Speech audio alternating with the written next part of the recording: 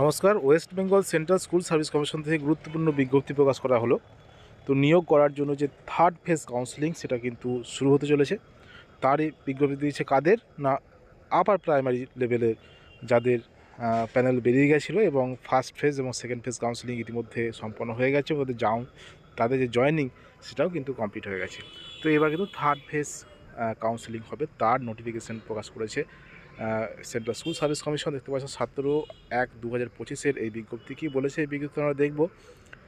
Publication of scheduled and other details in respect of third phase counseling of wait-listed candidate in connection with first state level selection test 2016 except Hill region for recruitment of assistant teacher for upper primary level of classes in state government aided sponsor school except work education and physical education excluding 10% para teacher।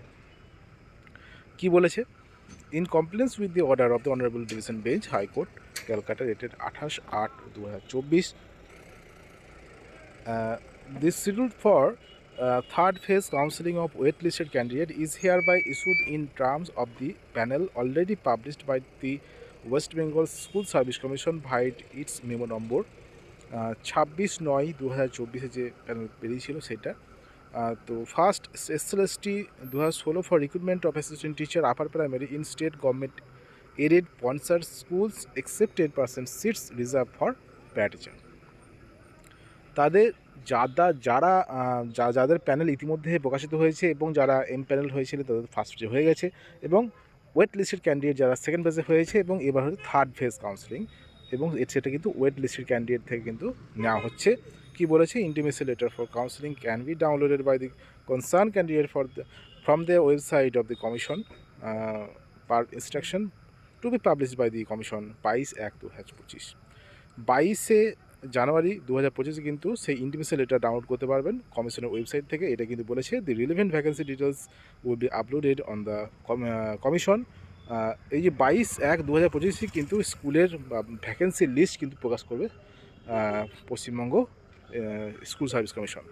তো দেখতে পাচ্ছেন secretary West Bengal central school service কমিশনের secretary সই করা এই বিজ্ঞপ্তি, এবং কবে কাদের আছে থার্ড ফেজ কাউন্সেলিং সেটা দেখে নেব। দেখতে পাচ্ছেন schedule for third phase counselling of wait list candidate insert CW's first SLST 2016 upper primary level of schools except 10% para teacher.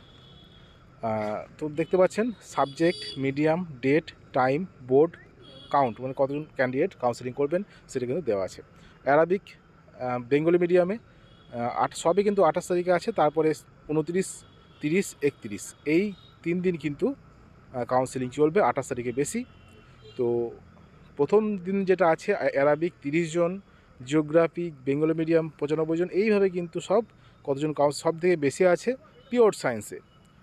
তারপরে আছে বায়ো সায়েন্সে প্রথম থেকেই বেশি আছে, ইংলিশে আছে বেশি, বেঙ্গলিতেও কিন্তু বেশি আছে।